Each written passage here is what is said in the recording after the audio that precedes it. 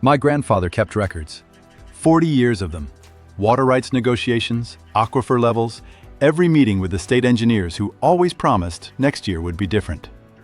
He tore half of this journal out 3 weeks before he died. I found it in his ceremonial bundle, the one place I'd never look casually. The pages he left asked a question. The pages he took answered it. The council chamber has glass walls. Transparency, they call it. Everyone can see the decisions being made. Except what you can't see is what was decided before anyone sat down.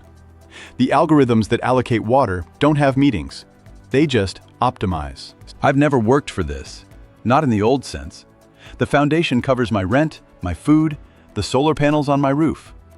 I organize because the aquifer doesn't care if I have a job title. Neither do the families downstream when the wells run dry. The meters were installed in the 90s. My grandfather fought them. Not because he opposed measurement. He kept better records than the state ever did. He opposed who got to decide what the numbers meant. In the old economy, activism was what you did after work. Now, there is no after. The labor cliff hit us like everyone else. The difference is we were already poor, so we had less distance to fall. Turns out that was an advantage. My grandmother said the land remembers. Not metaphorically. The aquifer holds water that fell as rain when my ancestors were still learning to farm this desert. What we take now, someone will miss in 50 years. What we save now, someone will drink in a century. The algorithm is elegant. It balances supply and demand, optimizes for efficiency, predicts seasonal variation with 93% accuracy. What it doesn't account for is ceremony. The springs we keep sacred aren't on any map.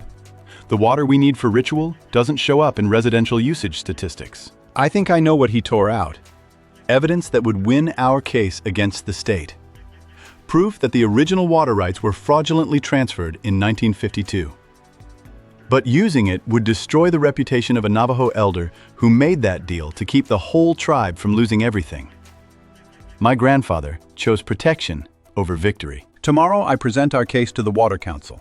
I have 90% of what we need. The missing 10% sits in ashes in a ceremonial fire pit, burned the night before my grandfather died. He made his choice. Now I have to make mine. My generation never worked in the old sense. We were born after the labor cliff, when the machines could do almost everything humans once did for wages. They ask if we're free or lost. I think we're the first ones who get to choose what winning means. I could use what I think I know. Reconstruct the missing pages from context, from the fragments I found in other places. Win the case. Vindicate my grandfather's 40 years. And betray his final act of protection.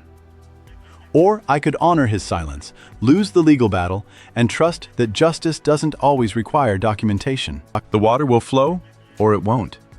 The aquifer will last another generation, or it won't. What I decide tomorrow won't change the physics. But it might change what we remember about who we were when the choice mattered.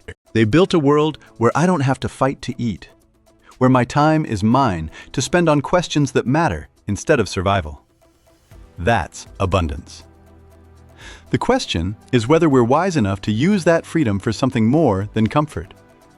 Whether we remember that some fights are worth having, even when winning costs more than losing. That's the world worth building.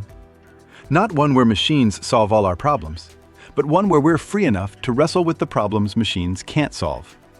The ones that require knowing what your grandfather knew when he burned those pages. That some truths are too important to weaponize. That justice and documentation aren't always the same thing. That the first generation that never worked might finally be free enough to ask what work was actually for. That is unscarcity. That question and the freedom to answer it yourself. Learn more at unscarcity.ai.